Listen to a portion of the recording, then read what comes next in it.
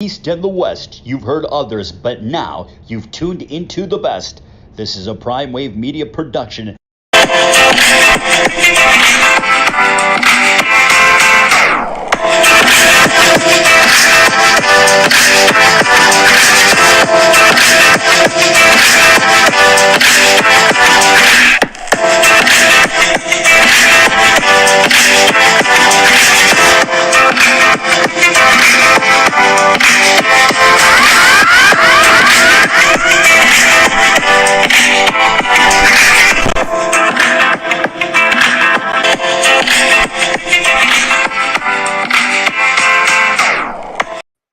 What's up, world? It's the one and only Pop DBICV Primetime Capper. I'm feeling good. I'm feeling great. I hope you are feeling the same. And boy, oh boy, it's that time. It's March Madness. So everybody's been over here kind of going a little crazy about the March Madness as of late, So pretty much that's what we have here. And in about 45 minutes, we'll be moving over to No Filter Network for All In. So you guys be ready for that as well too today. So I'm going to be quick today. So you guys got to get ready for that. 30 teams in 30 days. We are now finishing up our review of the NL East, to be exact.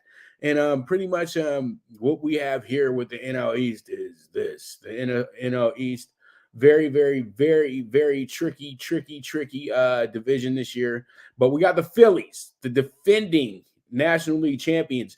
And actually, this team finished third place last year. They were 87 and 75 last season. And I'm just like, the Philadelphia Phillies. They really do present a team that can control their own destiny this season. Let's just keep it real about the Phillies. And the Phillies really impressed upon all of us that, pretty much this is what we expected when they did get Bryce Harper. And then they were the splashiest team in free agency last year, and it wasn't showing up. It got so bad that they had to actually fire Joe Girardi midseason. And by firing Joe Girardi midseason, the team became absolutely a different team, day and night, somewhat. And they were able to have themselves a great run and were the hottest team going into the playoffs. And that was able to propel them past a very, very game. Who did they play? I'm trying to think. They played the Braves. And the Braves were already a rival as is. And the Braves, they went ahead and they took the Braves out. They also had themselves a pretty eventful series with the Padres as well, too. Actually doing a backdoor sweep to the Padres, beating them 4 out of 5 games. They blew the first game, and everybody was like, wow, look, here come the Padres, blase, blase, blase. But everybody has to understand that the Phillies were really, really tough at home. They were a very, very tough out at home. They beat a very good St. Louis team as well, too, in the process. So, it just was, everything worked out very well for the Philadelphia Phillies moving forward. And this year, you can't say enough about this team. You know that you don't have Bryce right now because he's dealing with another injury. He'll be back probably at the second half of the season. But they got Trey Turner, and Trey Turner is up to having another really great season and possibly being the best hitter in the league as well, too. And it looks like that he's geared up to get 99 runs this year on the projection and also have 31 stolen bases this year. So, Trey Turner's looking to be that guy this year. Kyle Schwarber comes back. He's projected to hit 39 home runs this year with 95 RBIs, and that should be something that's pretty critical for the Phillies moving forward. That's something that they would really need that. But I would say that the X factor right now is going to be Nick Castellanos. Nick Castellanos was added from the Reds, and it was a big deal when he did come over. So I'm thinking that if he has himself a big season, then this team should be in good place to be right atop of the NL East. And when I look at the pitching staff is not really upgraded from last season, but they're not downgraded either. They bring in Taijuan Walker, who had an excellent season with the Mets. This should be able to bolster up their starting rotation a little bit. Then they got Ranger Suarez, a guy that's kind of is dealing with some injury right now, but he should be back in motion very soon. And then you got Aaron Nola, the ace, who's who's projected to throw 217 strikeouts this year. So that's something critical for this team. And Zach Wheeler, who's seen as the most consistent pitcher on the staff, he has some pretty good numbers going into this year as well, too, on the projections. So at the top, you see 1 and 2. This should be pretty good for this team. But then it kind of gets a little sketchy after the third. And then you got Bailey Falter, a guy who's going to be the new kid on the block somewhat. And he's going to be somebody that is going to go through the motion. So I don't know if you should expect too much from him. But if they can get above average effort from him, they should be in good shape. Let's be honest here, okay? So all in all, what I see with the Philadelphia Phillies is this. I see a team that goes over 90.5 games this year. It's that simple. I think that they're more than capable of doing that. And so I'm going to go ahead and circle them to do that. So with that, let's go ahead and move on to the Washington Nationals. The Washington Nationals are another team that just is another really bad team. And they're just 55 and 107 last year. They lost 107 games last year. Awful. Absolutely awful. I don't even know if they swept anybody last year. Let's just keep it real. The team was terrible.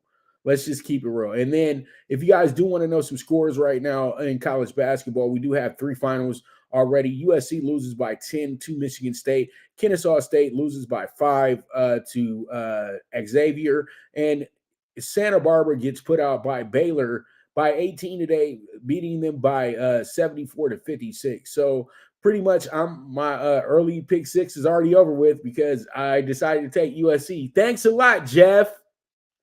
I'm going to have to call out my partner in crime, Don of Cape Cod, Jeff Dawson. He said that nobody's talking SC.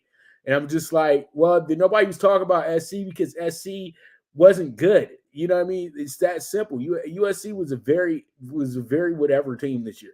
Them, literally, they got on the back of beating UCLA. That's it. They didn't beat anybody else but UCLA this year. Everybody else was whatever. It was whatever. You know what I mean? USC I really did not want SC, but I took them because I said, watch me not take SC and they'll show up. And then Michigan State beats them by 10. Who cares? You know what I mean? Like, seriously. So it's all good, but I just want to give you guys that score real quick. But we're not going to talk about the Nationals for long. We don't need to talk about the Nationals for long because they're not good, and they're not going to be good this season.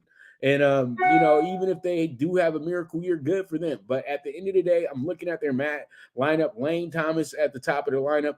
He looks like he can be a good player down the road or a good player for another team. Corey Dickerson, who was always a pretty good, serviceable player on better teams.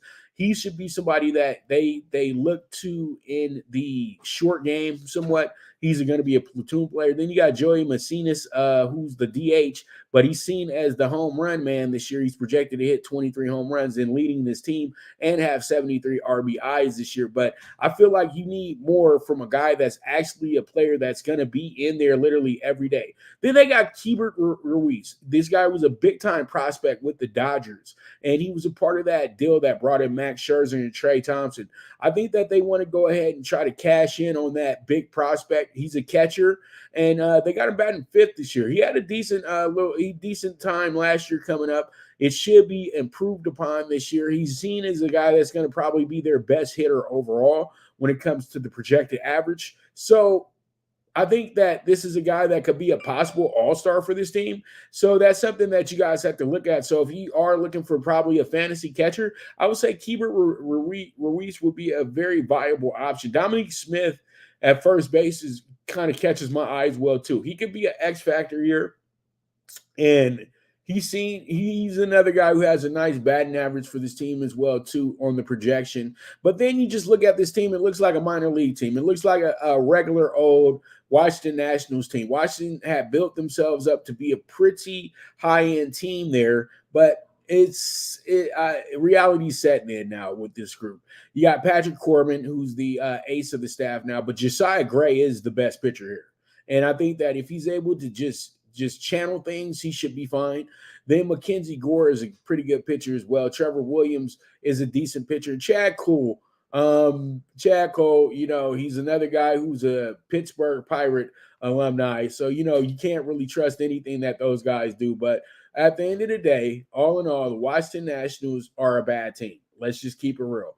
And them losing 100 games is probably going to be happening once again this year. I can expect a back-to-back 100 loss season. I think that they'll wind up losing 100 to I think they'll lose about 105 this year, but they're definitely not going to go over 59 and a half games this year. They're just not good. This team is not good at all. So there it is. There it is. That's going to be our wrap on the preview for the NL East, and I'll have a little bit more for you guys on the show. I have on All In. I'll show you guys exactly where we're standing at with the over and unders this year for division. So, hey, it is what it is at the end of the day, and that's going to be what we are seeing here. Now, March Madness Day 1 reaction. Great games yesterday. Great games. We had a really good game with Furman winning for the first time ever in the NCAA tournament,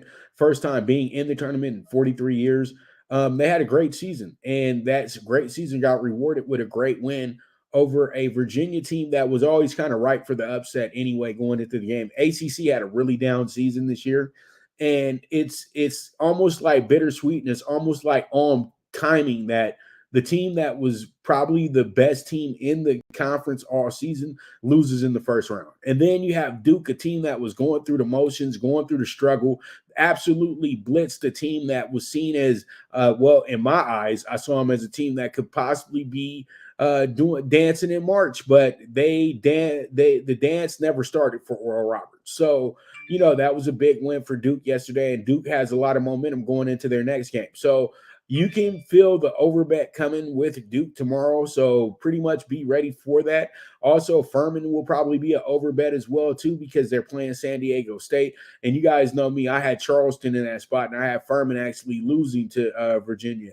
But I have another bracket out there that has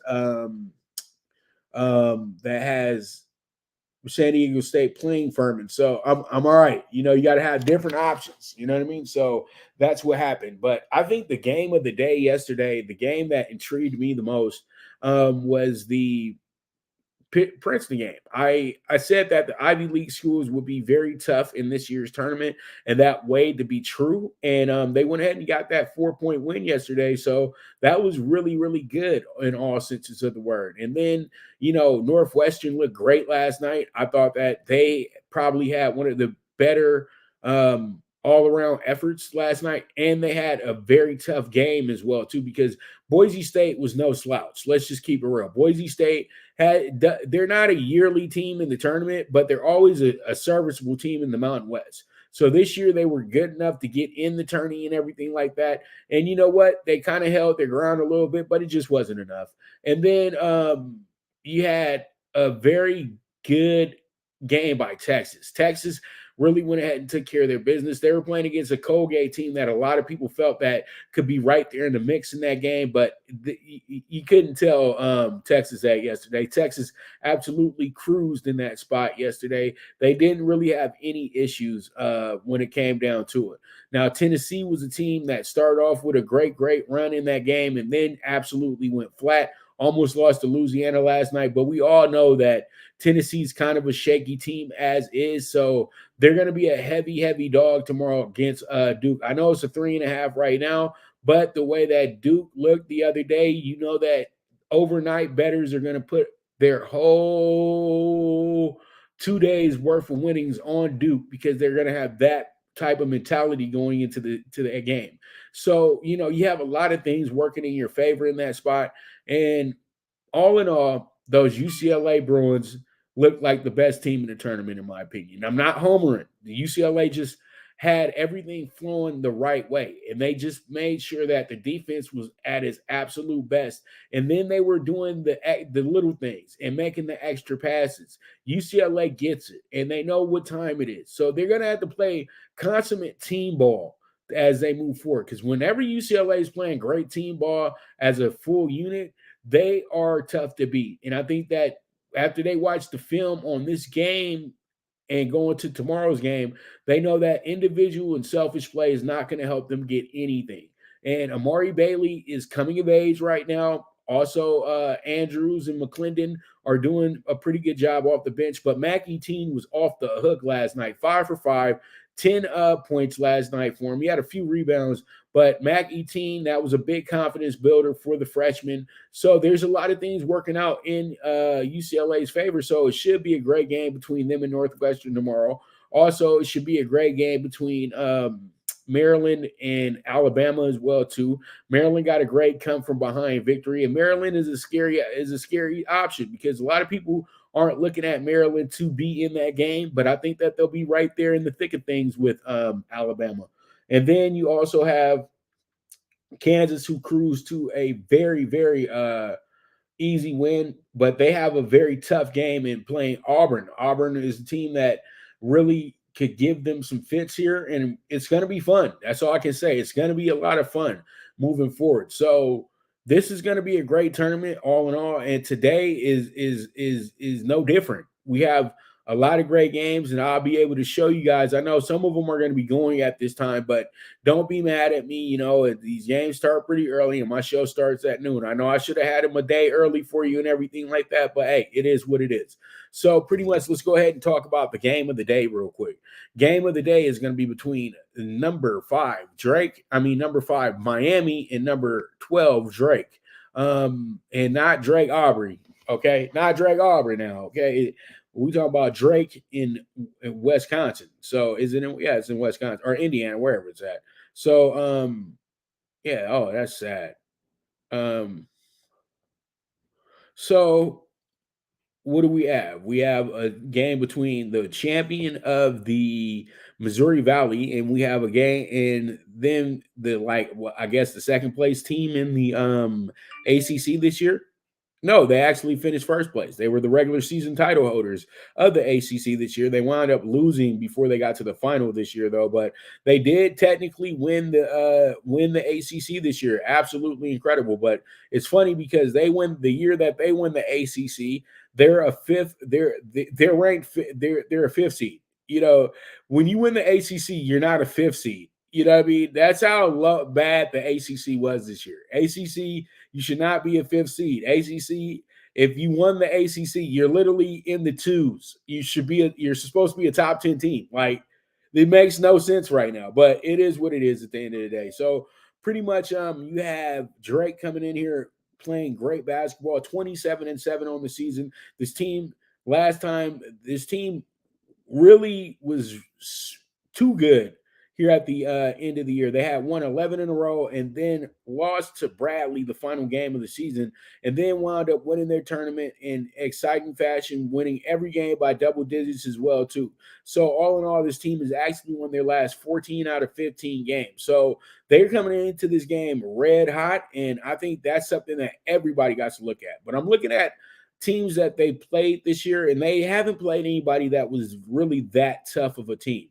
You know what I mean? They played, and the teams that they did lose to, it's like, okay, you lost to St. Louis and Richmond. Those teams were middling in the A-10 this year.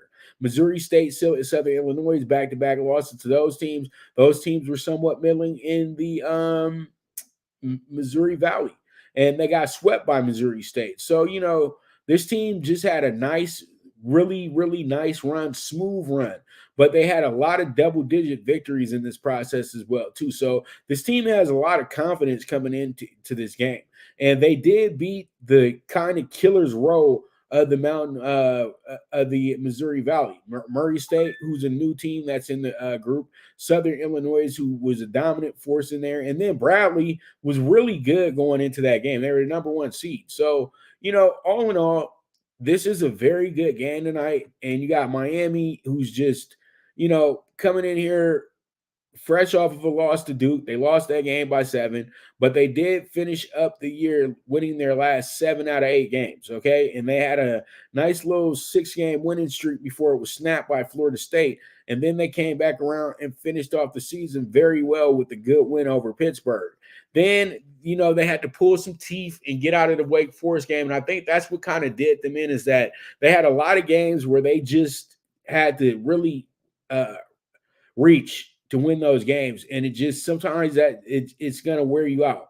So pretty much tonight, I think that Miami is a good story, and it's great that they did win the regular season championship this year, but they've already been disrespected. So if they look at it as disrespect, Drake's in trouble. But if they look at it in the sense that this is what we are, then they're probably going to get beat. So I do like Drake in this spot to win this game. But once again, this is a 50-50 game, and it can go either way.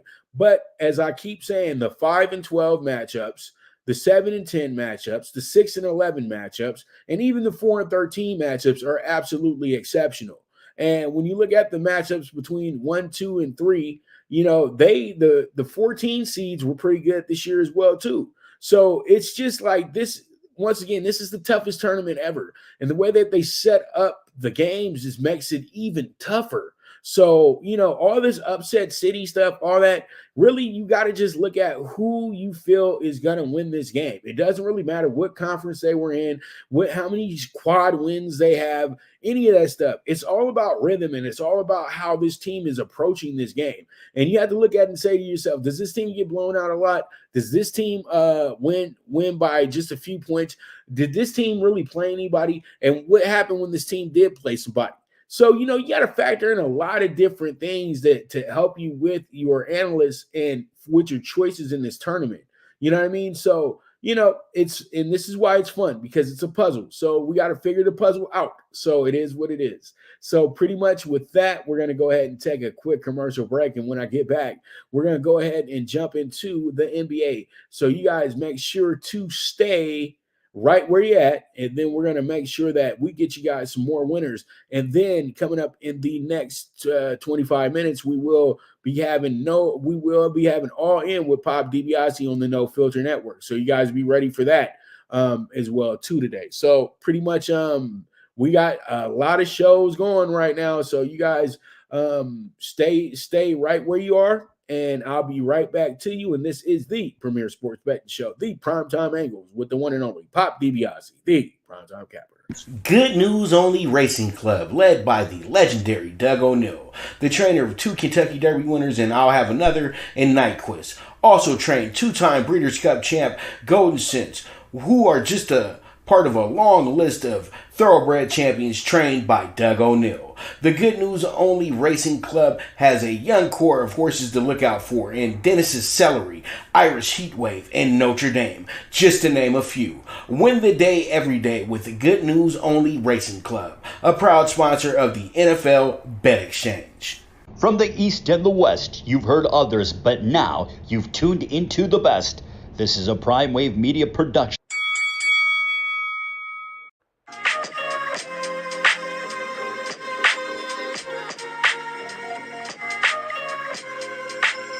Tune into Big Wave Boxing every week with a brand new guest with the one and only Pop DiBiase, the PrimeTime Capper, getting the best boxing stories, best boxing angles, and the truth when it all comes down to the sweet science.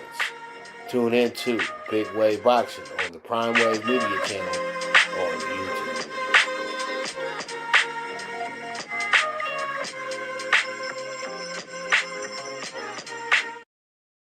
All right, here we are. We are back with the premier sports betting show, the PrimeTime Angles, with the one and only Pop DiBiase, the PrimeTime Capper. I'm feeling good. I'm feeling great. I hope you are feeling the same.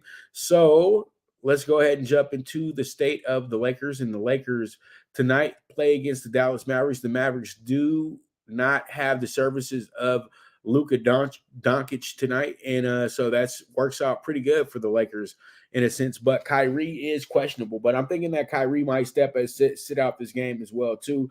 But Kyrie would really, to me, if he really acts like he wants to be in Dallas, he would play tonight. But knowing Kyrie, he's not going to play tonight. So pretty much it's still a game time decision. I don't want to just guarantee that he's not going to play tonight, because I say he's not playing tonight, then he's stepping on the court, but he won't be 100%. So that's something that works out pretty good for the Lakers.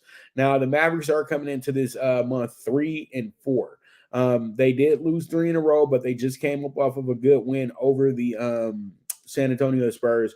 They beat them by 9, but they were down most of that game as well too. That was what was crazy about it, is that they really were down most of the game. They were down by they were down by 6 points going into the fourth quarter. So they needed the overtime period to actually win this game. And so, pretty much Dallas is kind of going through it right now. The Lakers at this point in time are really all about getting to the playoffs, but the Lakers keep it. The Lakers keep it's crazy how they keep avoiding being 500. The Lakers had the opportunity to go 35-35, worst team in the league that they were playing against, and the Lakers still figured out a way to mess this thing up. So pretty much the Lakers wound up losing by 4, but all in all, what happened was the Lakers had an atrocious first half. They scored 48 points, gave up 62. Second half, they wound up going in there, and they actually got 62 points and only gave up 52. So all in all, they lost by 4, but they had to tighten up on their defense in the fourth quarter, which they didn't do. Austin Reeves had a great game the other night, so you know that a lot of people are getting more and more excited about him. Wayne Gabriel is a guy that they don't talk about enough, but Wayne Gabriel had 14 rebounds the other night, and I was absolutely impressed with him as well, too. He only had 6 points, but there's been nights where he's been able to start the run for the Lakers by scoring 4 straight buckets or something of that nature and put the Lakers in position. But right now, you got a Lakers team that's 5-3 this month. This is very good because this team is actually, putting things in place, and they're not losing games back to back anymore. So the Lakers, as I keep saying, they got this weekend left. They got Dallas, Orlando, and then they got 3 more games at home next week: Wednesday, Friday, Sunday, Phoenix, Oklahoma City, and Chicago. Then they finish up this the month of March on the road against Chicago and Minnesota. These games are crucial. So I'm looking at it right now. It's going to be 7 games left. I would say this: the Lakers need to go 5-2. And if the Lakers go 5-2, that means they go 10-5 this month. That's absolutely the best record the Lakers have had all season during a month. The other best record the Lakers had was 9-7. So pretty much that's where the Lakers are at right now. And as I keep saying, the Lakers, since being 2-10, are one of the better teams in the NBA. If you put the Lakers record from how they started, if you remove how the Lakers started, the Lakers are actually in the top echelon of the league. So all this stuff about the Lakers being washed and not being that good of a team, the Lakers might be the most dangerous team coming into the playoffs. And I'm not saying that because I'm a Laker fan. I'm saying that because I'm looking at the numbers and I'm thinking about how well LeBron has played this season and how much criticism he's taken this season and how much criticism the team's taken this season. It's only a couple buckets away from the Lakers' whole fate being different this year. So all in all, the Lakers are in a good spot tonight. They have to take this game very seriously. Luka's not going to be there. So that means that at least 30 points are coming off the board tonight. And Dallas isn't the greatest defensive team. So the Lakers do need to take advantage of that situation. They don't have LeBron tonight, which is going to be tough, but I think that they'll be able to get through because AD's rested. He didn't play on Wednesday, so he has a couple days of rest, and he just came off a 35-19. So if he can duplicate that effort, I think the Lakers can cruise in this one as well too. So we'll see how it goes. We'll see how it shakes out, but that's the state of the Lakers today. And AD, let's see what you can do. All right. So let's go ahead and move forward. Let's get into the Warriors and the Hawks. The Warriors coming in here, worst team on the road, 7-27 on the season. Absolutely pathetic. But I've been telling you guys this for the last 3 months. Nobody's been listening, but you guys are still, pretty much, taking it with the grain of salt that the Warriors, they'll get it at some point. It's just like, when they going to get it? Because the season's almost over and the Warriors are really not in great shape. They're still 4th in the Pacific Division. They're 36-34. They're really just on the edge of the playoffs right now. They're in the 6 hole, but they can easily lose tonight and be back in the 7 hole, or maybe in the 8 hole, or maybe in the 9 hole. It's a crazy situation going on with this big log jam that's through 4 through 10 now, as we can say, because we can go ahead and just knock out these other 3, but Sacramento has now taken over the 2nd seed. So the Lakers now sitting 4 games behind the 4 seed and sitting a game behind the 7 and sitting 2 games behind the 6 seed. Well, you got Golden State 2 games back of the 4 seed. So this is just a big log jam. And I think that the Warriors know that they have to win this game tonight to keep things going in the right direction. And it's a lot of pressure on them. But Atlanta has to win their game tonight as well, too, because they got Toronto nipping at their heels for that 8th spot. And they want to stay comfortable in that 8th spot because, they get the home game on the play-in. And they want to keep things in front of them because they could possibly catch Brooklyn as well, too. And, it's starting to get a little out of hand, but Miami is up 3 games right now. So they got to keep pace with that situation as well, too. Atlanta this month is 3-4, and they're coming off of back-to-back losses as well, too. They lost Saturday to Boston, and they lost to Minnesota on Monday. But this team hasn't had to play all week. So pretty much they are going to be very fresh coming into this game. And that might be a good or a bad thing. And especially with the Warriors team that's struggling this month, that might be the worst thing that's happening right now for this team. So, all in all, they've struggled on the road. They're 0-4 this month on the road. And Atlanta is licking their chops about this situation as well, too. But the Warriors already know that this is their season right here. They cannot mess this road trip up. It's just that simple. So we'll see how it goes. We'll see how it shakes out. But the line tonight on the game is going to be this. You have a 4.5 to the home team, Atlanta. And then you have a 247.5 over under tonight. I like the under in this spot. I expect defense in this game. And I think the Hawks can cruise to this one. But I would say don't overbet them. That's my whole thing. If you're going to bet them, play the spread and just take your 110. If you want to jump into the money line game, then you just be ready. That's all I can say. Just be ready for some bullish. That's all I can say. So it is what it is. All right, we move forward. Let's go ahead and talk about the Cavs and the Wizards. The Wizards coming into this game desperate.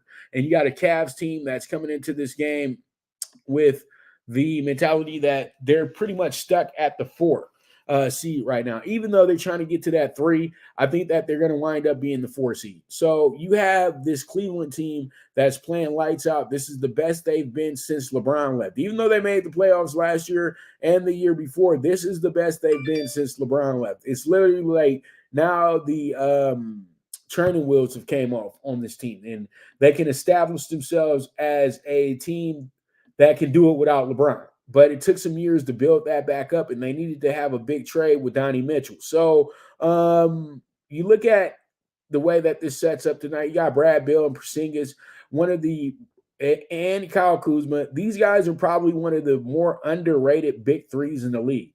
They're averaging 66 points as a group, almost 67 points. So they're scoring 80% of their team's points right now. And this is absolutely incredible because the thing is they keep their team in the game, and they keep their team in the game nightly.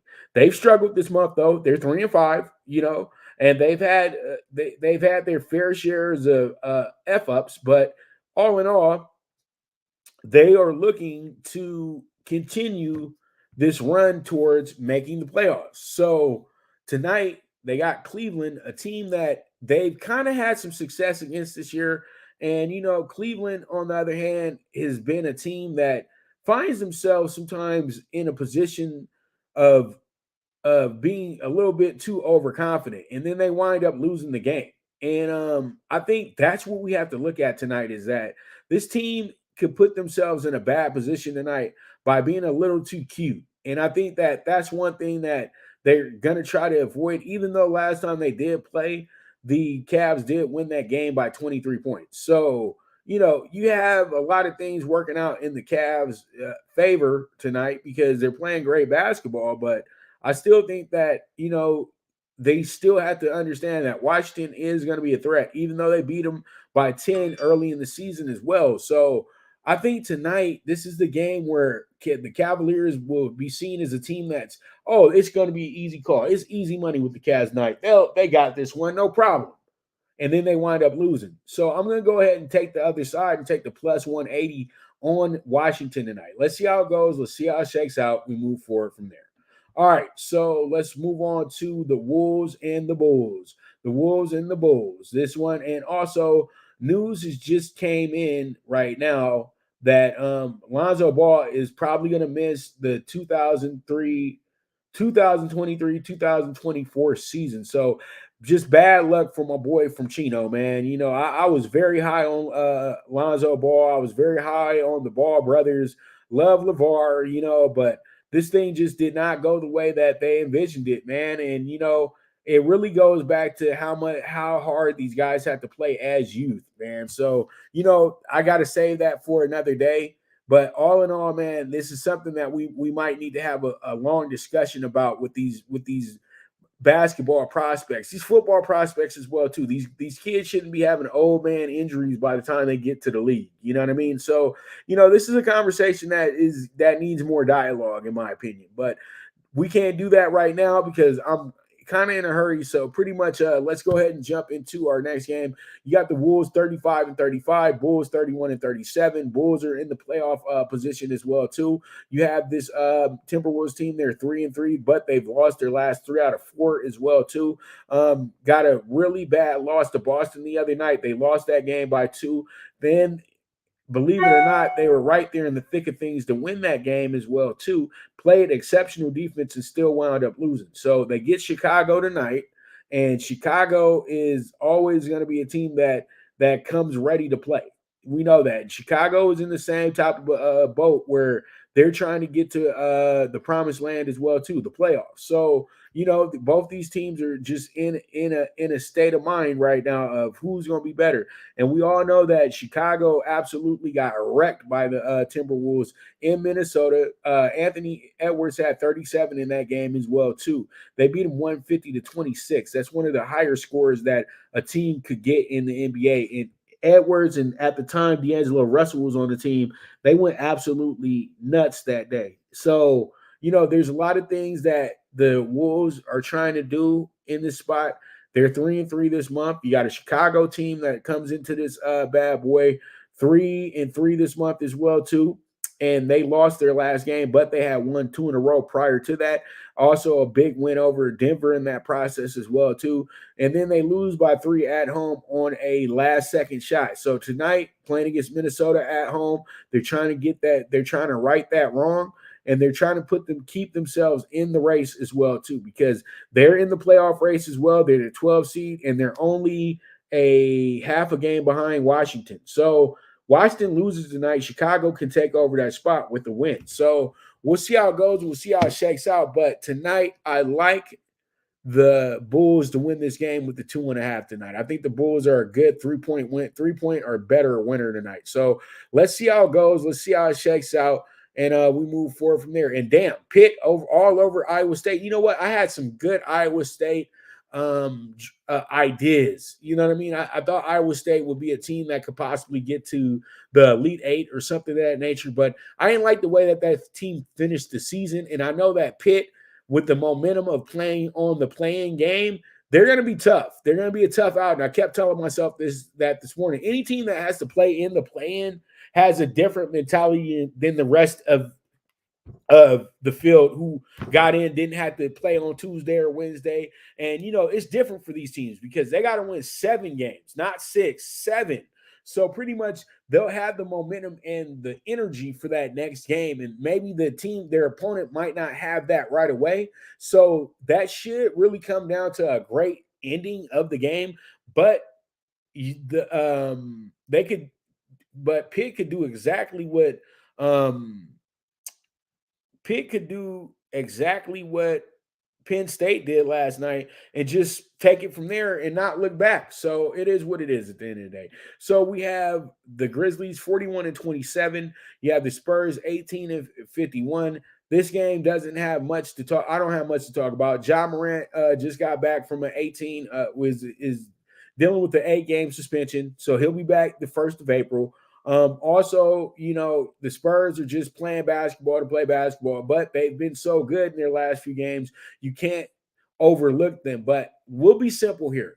The Spurs aren't stopping anything right now, and the Grizzlies are scoring, and the Grizzlies love playing against teams like that because they don't need to worry about playing defense either, but they'll play just enough defense to get the win.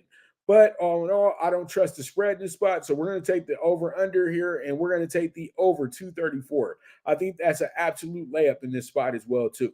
All right, let's go ahead and move into our next game, which is going to be the Celtics and the Blazers. And the Celtics and Blazers meet up in Portland tonight. And this should be a lot of fun as well, too. You got the Boston trying to stay afloat. Boston's 2 games out of the 1 seed right now, but they are running away with the Atlantic Division. Well, not really. They're only 1 game ahead of Philadelphia right now in the Atlantic Division. So Boston's been struggling. Let's keep it real. Boston's been having a struggle month. 4-4 is a struggle to me with a team as consistent and as good as Boston. And Boston really had a tough time winning that game the other night. And Boston's lost some really bad games this month as well, too. And, it's just like they got to do better, right? So pretty much Boston tonight is in a game where they really want to win because they're dealing with the road trip. That's a 6-game road trip. So, you're just trying to get your bearings right. And Portland is a winnable situation. And I know that that's how they're looking at this tonight. But Portland is in a desperate situation because they're trying to make the playoffs right now. So, Portland's sitting at 13, but they're still got somewhat of a chance. They're only 2.5 games out. So they're still trying to stay afloat somewhat. So I expect a really good game tonight because when teams like Boston come to town, it doesn't matter if you're trying to tank or do whatever. You try to step it up for those teams because they bring a different type of fan base to the game. So it is what it is at the end of the day. And I do like the Blazers here with the plus 4.5. Let's see how it goes. Let's see how it shakes out. And that's going to be our NBA Friday night.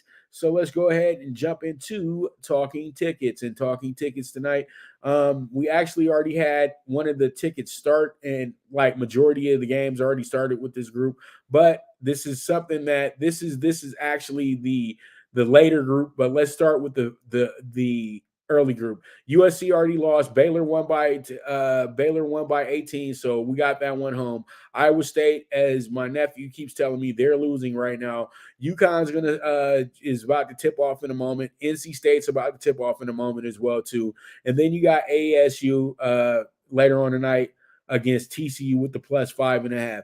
I really think that TCU wins the game, but ASU covers the game. That's how I'm feeling in that spot. And NC State, I feel the same way. I think Creighton wins the game, but Creighton winds up getting the cover and winds up getting the money line win, and NC State goes ahead and covers tonight. So there it is, 43-1. And then this is the later ticket. Yes, VCU's playing right now, so you guys can kind of scratch that one out. And then you got Drake this afternoon, plus 110. Also got Grand Canyon this evening, plus 15.5. Then we got Memphis in a real tough spot today against FAU, but I like them at minus 125. And then you have K-State at minus 8 tonight. That was a toughie because I really wanted to take Montana State, but I think K-State has enough to beat them tonight. And then we got Indiana here as well, too, with the minus 5. Even though Indiana is a tricky spot because Kent State's a really good team. But regardless, I think that when you have one of the best players in the nation, he should step it up and have a big day today. So we'll see how it goes. We'll see how it shakes out. But we got 2 tickets, one 40-1, and the other one is going to be 43-1. So hopefully we get these bad boys home. All right, let's go ahead and look at the NBA tonight. This is going to actually be a 30-1 ticket as well, too. I'm sorry that it doesn't have the exact number on there, but I'll get that number on there when I tweet it out. But this is going to be a 30-1 ticket. We're going to take the under 248.5 with the Warriors and the Hawks. Then we're going to take the Wizards with the plus 180. And then we're going to take the 2.5 with the Bulls tonight. And then we're going to take the over 234 with the Grizzlies and the Spurs. And then we got the plus 4.5 with the Blazers tonight. So there it is. That's our super high 5 for tonight. So let's see how it goes. Let's see how it shakes out. This should be a great game. This should be a great day of sports as well too. I look forward to it. Tomorrow I'm debating, but I may do an early morning show on IG. Hopefully that you guys will come in and hang with me and talk with me a little bit, and we can go ahead and see what we can get into tomorrow for the tournament and everything like that. But all in all, you guys have a beautiful, beautiful day today. And if you guys want to, you guys can join me on No Filter Network for All In. And then we'll be going over a lot of the same things we just went over right now. But then we'll mix it up a little bit with that as well, too. So you guys come on over. and check out my Friday show on the No Filter Network, and that's going to be All In with Pop DiBiase. So, man, you guys are the best. I thank you so much for today's show. And with that, I'm going to go ahead and bid adieu. And as I always say, bet with your head, not with your heart. The movement is moving. And this is the premier sports betting show, the PrimeTime Angles, with the one and only Pop DiBiase, the Primetime Capper. And I'll be right back at you Monday at noon.